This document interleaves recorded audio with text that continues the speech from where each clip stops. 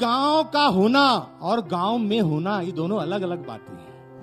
ये मिट्टी केवल धान नहीं देती है हमें, ये समाधान भी देती है। इस कान में पर्दा सुनने के लिए था, लेकिन इसको हमने फिल्टर बना लिया कि हमें क्या सुनना है क्या नहीं सुनना। अब तो कबूतर भी नहीं दिखते, भेजे क्या संदेश। मैं ठेठ गांव से हूं, संथाल पगना के गांव से हूं।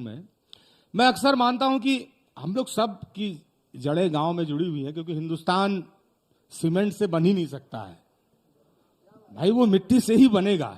सीमेंट की फैक्ट्री पहली बार 18वीं सदी में आई है भारत में। तो हम सभी गांव से हैं। हमने भले शहरों में जाकर अपनी मुट्ठियों में सीमेंट जमा लिया और उस पर महल खड़ा करने लगे, अट्टालिकाएं खड़ा करने लगे, लेकिन उसके नीचे जड़ों में अभी भी कहीं न कहीं गीली मिट्टी है। इसलिए अभी आप सूख नहीं रहे हैं।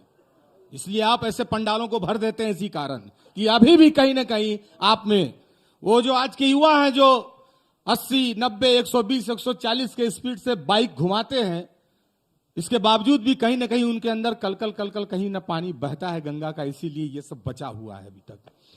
तो एक हम जैसे लोग जो निर्वासित हो गए गांव से, जो सिद्धि की जमीन छोड़कर प्रसिद्धि की ओर जाने लगे, शहरों में बड़ी संभावनाएं ढूंढने लगे, ऐसे लोग जब वहां पहुंचे तो न गांव के रहे न शहर के हुए।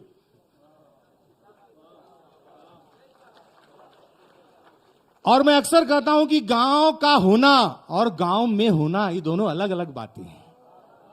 ये अलग अलग बातें हैं।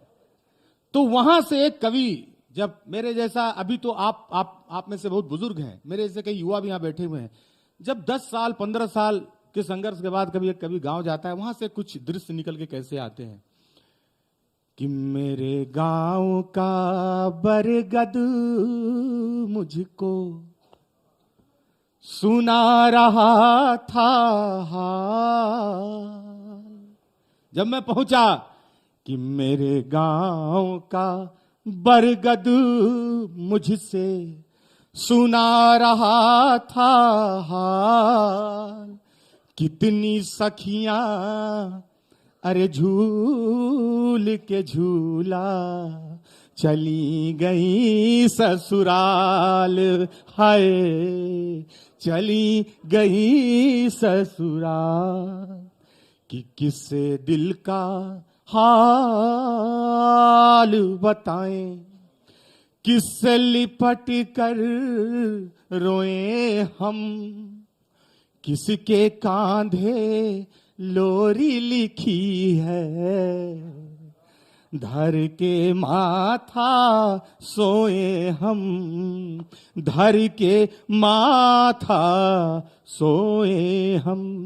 अभी देखिए कि किस तरह से पर्यावरण और वातावरण बदला है। कुछ दिन पहले एक निपाह वायरस आया था, पंछियों के खोट देने से, जो कह रहे थे कि लोग भाई, तो मेरी माँ ने आम के सीजन में फोन किया तो मैंने अपनी मम्मी को कहा कि अभी फल फूल मत खाना वृक्ष में लगे हुए जहां पर जिसको पंछियों ने जूठा कर दिया है। वहां से देखिए तो मेरी माँ ने कहा कि अब है कहां पंछी, अब तो दिखते ही नहीं है।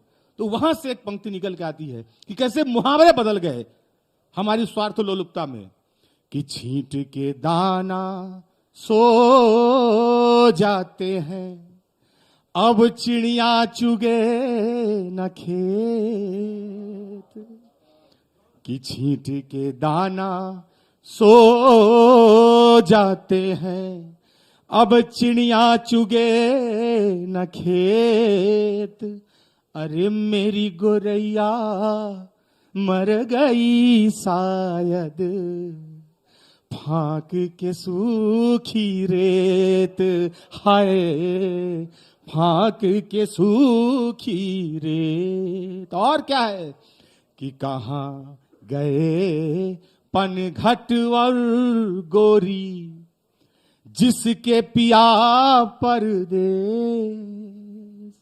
कहाँ गए पनघट और गोरी, जिसके पिया परदेस, अब तो कबूतर भी नहीं दिखते, भेजे क्या संदेश, हाय भेजे क्या संदेश। एक पंक्ति है कि हमेशा कहानियों में, कथाओं में गांव को एक रोमानी दुनिया बना के दिखाया जाता है, लेकिन ऐसा भी नहीं है।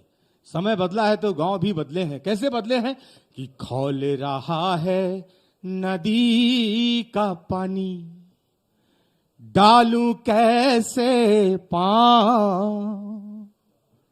आज जो वैमनस्य है, जो राजनीतिक संघर्ष है, विचारधाराओं का संघर्ष है, आर्थिक संघर्ष है, हर व्यक्ति के अपनी अपनी सामाजिक वर्चस्व की लड़ाइयां हैं, उन सब में कैसे मिट्टी पिस के किस तरह से कपूर होकर उड़ी जा रही है, किस तरह से गांव बदल रहा है कि खौल रहा है नदी का पानी, डालू कैसे पांव। जाने किसने अरे आग लगा दी, जलने लगा मेरा गांव है रे, जलने लगा मेरा गांव। दो पंक्तियां उन लोगों के लिए। अभी गुजराती भाषा के कई कवियों ने, कई बड़े कवियों ने, कई प्रतिभाशाली कवियों ने यहां कितना कुछ सुनाया, लेकिन मैं गुजराती भाषा नहीं के बराबर भी समझता हूं, लेकिन मैं सुन रहा था और आनंद उठा रहा था। आखिर क्या कारण है कि एक हिंदुस्तान एक दूसरे की आवाज नहीं सुन पा रहा है, एक दूसरे की बोली क्यों नहीं सुन पा रहा है? इस कान में पर्दा सुनने के लिए था, लेकिन इसको हमने फिल्टर बना लिया कि हमें क्या सुनना है क्या नहीं सुनना है। ये हमारा है, हमें सुनना है, ये हमारा है, हमें सुनना है। हमने इसका गलत प्रयोग शुरू कर दिया, जबकि एक दूसरे की बोली सुननी चाहिए थी। तो वहां से निकलता है कि आप में से कितने लोग इतने प्रतिभाशाली हैं जिनको पूरी दुनिया को सुनना चाहिए था, लेकिन कई मीडियोकर्स ऐसे हैं जिनको बड़ा मंच मिल जाता है कम मेहनत में, तो उसे पूरी दुनिया सुनने के लिए अभिशप्त हो जाती है कि भाई सुनना ही है, बड़े मंच हैं, और तो वहां अभिशप्त है पूरी दुनिया सुनने के लिए कि भाई अब बड़े मंच पर बड़े लोग हैं, सुनो।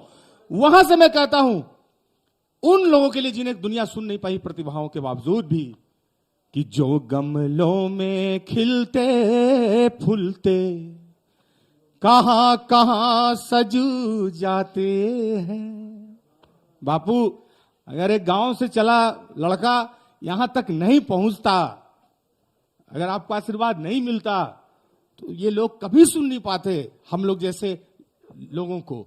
मुझसे ज्यादा अच्छा लिखने वाले, गाने वाले गांव में बैठे हुए हैं, कहां उससे हम सुन पा रहे हैं कि जो गमलों में खिलते फूलते कहां कहां सजू जाते हैं। हम जंगल के फूल हैं बाबू, खिले वहीं झड़ जाते हैं, खिले वहीं झड़ जाते हैं। लेकिन इन सब के बावजूद भी एक जिजीविसा है।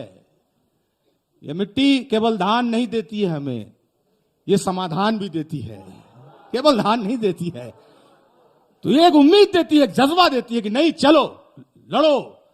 मैं यूपीएससी की तैयारी करने जब अपने गांव से दिल्ली आया था, तो हम लोग रेल चढ़ के नहीं आए थे, मैं रेल की पटरियां रौंदते हुए आए थे। हम झोला उठा के, हम लोग झोला उठा के कहीं जाने वाले नहीं थे, आए थे तो वहां से कि आंधी और तूफान घटा से सबसे बिना डरे, एक दिया जलता देहरी पर सारी रात लड़े, है कि सारी रात लड़े। बहुत बहुत धन्यवाद।